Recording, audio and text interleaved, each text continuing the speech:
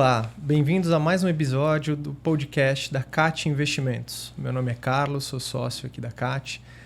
Hoje, um dia muito especial, nós recebemos o ex-ministro da Fazenda, ex-presidente do BNDES e atualmente diretor de estratégia do Banco Safra aqui conosco, Joaquim Levy.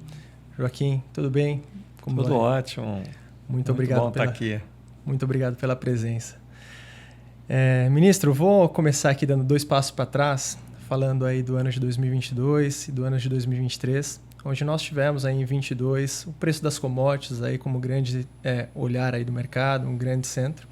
Em 2023, onde esperávamos uma recessão, nós tivemos o contrário, tivemos crescimento, bolsas fortes. Queria que o senhor fizesse aí uma releitura do que foi esses últimos 2 anos e um pouquinho do que a gente espera para 2024. Muito bem. Olha só, globalmente, o ponto interessante foi o bom desempenho da economia norte-americana. Ela até se destaca em relação às outras economias, grandes economias, tanto na Europa e particularmente na China.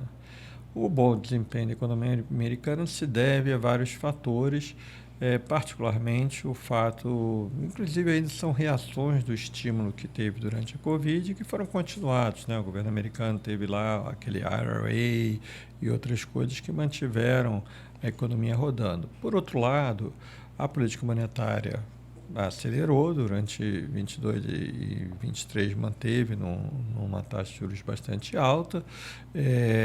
O Banco Central continua dando uma certa liquidez, porque ele não acelerou o passo da venda de títulos, mas enfim.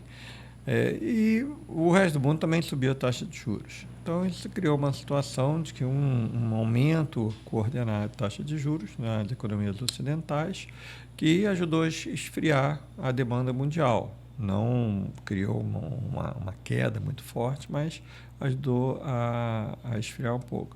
E teve a ajuda da China nisso tudo. Quer dizer, a China, quando acabou lá o lockdown, a gente esperava até que ia ter uma reação um pouco maior. Essa reação não ocorreu por uma série de razões. E a menor pressão de consumo vindo da China, ela ajudou a diminuir a pressão nos preços das commodities ao longo do ano. Não vamos esquecer que hoje o consumo na China corresponde a quase 15% do consumo global. É maior do que o consumo, por exemplo, da zona do euro. Então, quando você vê uma economia crescendo mais devagar, como é o caso da economia chinesa, isso tira pressão no uso de recursos mundiais. Então, ao longo do ano 2023, a gente viu essa desaceleração da inflação sem uma grande queda da atividade nos Estados Unidos.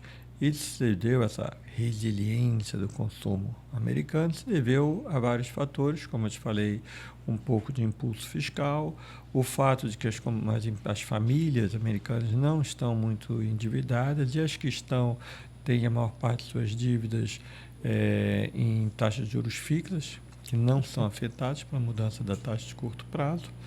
Agora, esse é um processo que está permitindo o que se chamou aí do pouso suave. Por quê? Porque parte desses fatores que mantêm o consumo americano forte deve desacelerar lentamente, porque a confiança lá continua forte. Agora mesmo, recentemente, em fevereiro, a gente já está vendo o mercado de trabalho medido, pelo menos pelos payrolls, muito forte. Há outras medidas de mercado de trabalho, as pesquisas com as pessoas, nas famílias, mostram ele bem mais modesto, tá? Abrindo uma certa margem. Mas, enfim, então a economia continua rodando bem, mas, vamos dizer assim, com uma desaceleração, não uma queda necessariamente, mas uma desaceleração contratada. Isso é bom quando a gente olha para frente e pensa na inflação mundial. Então, os fatores de moderação da inflação mundial continuam muito presentes. Perfeito. Muito obrigado pelos comentários. A gente enxerga também que o mercado vem pontuando bastante essa questão da queda de taxa de juros nos Estados Unidos, né? Então, o mercado havia contratado aí que a queda seria agora uma parte do mercado falando de uma queda até março, o que muito provavelmente não ocorrerá depois da fala do Powell essa semana. Queria um pouquinho do que a gente entende, o que Qual o momento que se dará essa queda e o quanto beneficiará, obviamente, os mercados, principalmente quando a gente olha para o mercado de risco? O mercado, primeiro o mercado tenta, né? Sim. Segundo alguns indicadores, por exemplo, agora se tornou mais popular, o pessoal recuperou a chamada lá, regra de Taylor, que diz que a combinação da inflação e do crescimento te daria a taxa de juros que você deveria perseguir. Dado o desempenho muito bom da desinflação e apesar do crescimento estar ok, não ter diminuído tanto assim, os indicadores usando esse tipo de regra, né, justificam em parte aquela vontade do mercado de ver a taxa de juros caindo. O americano gosta de taxa de juros baixos, sabe? Mas o Banco Central, a gente nunca comprou isso, principalmente em março, porque as indicações do Banco Central eram outras. Inclusive, quando o mercado começou a puxar, quando você via ali nas implícitas uma probabilidade que o mercado achava de 80% de queda na taxa de juros já em março, o Banco Central mobilizou lá todos os diretores, cada um vinha em um dia e dizia, não é a hora, está indo bem, mas a gente tem que esperar mais um pouquinho. E agora, na reunião agora de janeiro, o Powell reforçou essa visão. Então, faz parte dos altos e baixos do mercado, mas eu acho que é um consenso de que, sim, a taxa vai cair, provavelmente em maio, em última instância, ainda houver alguma dúvida, em junho, e provavelmente também a queda esse ano vai ser maior do que a que o Banco Central sinalizou em dezembro, né? Ele estava lá com 0,75%, provável que seja 1% e até um pouquinho além do 1%. Tudo isso é muito positivo, particularmente para o Brasil. É uma economia mundial com taxas de juros mais baixas, ela se distende um pouco, relaxa um pouquinho, tá certo? Significa que a pressão sobre as outras moedas em relação ao dólar diminui, então dá um fôlego adicional para a nossa moeda, ao mesmo tempo que sinaliza que a economia mundial, como eu falei, ela está indo devagarzinho, mas não está numa iminência de uma crise, nada que fosse ter um impacto muito negativo nos preços das nossas exportações. Perfeito. Vou trazer o ponto que você chamou aqui, Brasil, também, agora para esse nosso bate-papo, tá? Olhando agora pelo Banco Central, aí, a expectativa de 2 próximos cortes de 0,5% na taxa Selic. Qual que é a nossa visão aqui para o final do ano, para a taxa de juros aqui no Brasil? E também queria que você fizesse uma conexão aí com a inflação, do que a gente está esperando para esse ano de 2024, por favor. Vamos começar da inflação, né? Nossa expectativa de inflação está entre 3 e 3,5%. Provavelmente um pouquinho abaixo de 3,5%, em particular porque esse ano você continua aquele trabalho de recuperação de certos impostos que haviam sido cortados em 2022. Então, está entrando agora no começo do ano um imposto sobre combustíveis. Isso tem um impactozinho, algumas outras medidas. Talvez ainda possa ter um impacto mais para frente do ano do preço da eletricidade, aquelas bandeiras que, por enquanto, está tudo bem, mas dependendo de como evoluir, você pode ter um pouquinho disso. Então, esse é um cenário confortável para o Banco Central. Taxa de juros caminhando na direção que ele quer, indo para convergindo para o centro da meta, etc. e tal. Isso tem nos levado já há bastante tempo a achar que, dada a sinalização do Banco Central de que seria a taxa de juros neutra, ou seja, aquela que, se a economia estiver rodando direitinho, ele acha que segura a inflação, que ele diz que é de 4,5% real, tá? Era mais baixa, você pode discutir, mas o fato é que vamos tomar que é 4,5% real. Com uma inflação de 3% e uma taxa de 4,5%, ou uma inflação de 3,5%, você está falando algo perto de 8%, tá certo?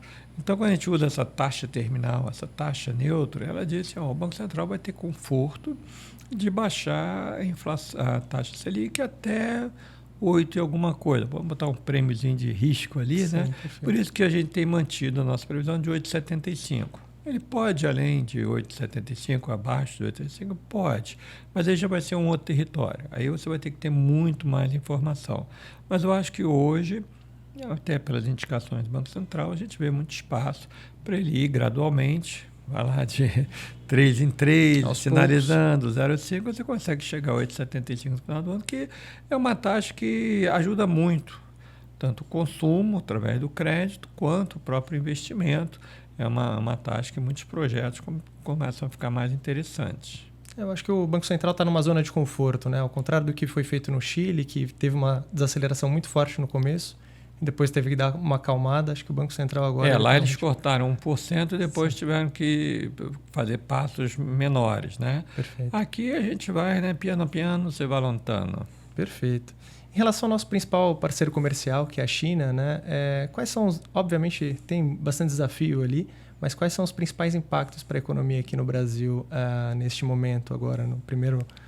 Olha, lá, como você diz, tem desafios grandes. O grande esforço do governo é facilitar essa reorganização da economia, menos dependente na condição civil, um pouco mais em tecnologia, já se antecipando aí as questões demográficas, etc., sem que isso se transforme numa crise financeira. Poxa, as empresas quebraram, todo mundo ficou se assustado. Então, ele está fazendo um grande esforço em relação a isso. À medida que ele tiver sucesso nisso, e o próprio presidente lá da China tem chamado a atenção que talvez passe um períodozinho de algum sacrifício, mas que isso é importante para chegar na próxima fase.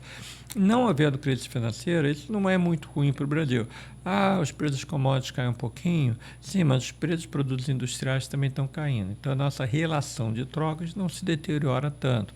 E o nosso balanço comercial deve continuar muito pujante. Essa foi a outra grande notícia de 2023. Deve continuar. Agora, em 2024, a agricultura não vai dar outro salto de 15%, mas ela vai continuar bem, num nível muito alto, tá? Historicamente muito alto. E outros componentes estão voltando, então continuam crescendo. No caso do petróleo, as exportações aumentaram 20% no ano passado e deve aumentar mais ou menos nessa faixa esse ano. Então, o setor externo vai continuar forte. O preço das commodities cai um pouquinho, mas não atrapalha. Isso significa que também para a moeda, nossa moeda, para o real, é um cenário bastante confortável. Então, eu diria que o cenário externo, com queda de juros nos Estados Unidos, com a economia mundial equilibrada e com a nossa, vamos dizer, quase pujança nas exportações, ele traz um elemento de conforto, como você falou, para o Banco Central, e ele pode gradualmente continuar baixando a taxa de juros sem risco para a nossa inflação. Podemos falar então que o Brasil está num holofote positivo aí para o mundo aí, quando a gente... eu acho que assim, quando a gente vai bem, as pessoas até põem menos holofote, né? Que não tem graça. Mas sim, a gente está num momento que eu acho que, se não houver aí algum problema na política, não tiver algum engano na condução da política econômica, mesmo com os desafios fiscais que existem, que a gente conhece bem, eu acho que a economia vai surpreender mais para cima do que para baixo. Perfeito. Levi, eu gostaria de agradecer aqui em nome da CAT Investimentos, sua presença aqui conosco, ter tirado essa agenda para esse bate-papo aqui com a gente. Espero nos encontrarmos numa próxima. Com certeza, é uma grande satisfação. Acho que vocês estão fazendo aí um trabalho fenomenal, desenvolvendo essa confiança no investidor. A confiança é a coisa mais valiosa que existe lá no Banco Safra. Você conhece bem por causa da nossa parceria, confiança, conhecimento, você fazer as decisões depois de estudar muito bem todo o mercado, todas as projeções, é o caminho para você estar aí protegendo o patrimônio dos investidores, e eu acho que vocês estão alcançando isso bem, e a gente tem muita satisfação de estar junto e tendo essa oportunidade de trocar impressões, de estar fazendo essa avaliação mais sistemática das perspectivas econômicas e seus impactos nos preços dos ativos e, portanto, na evolução do patrimônio de cada um.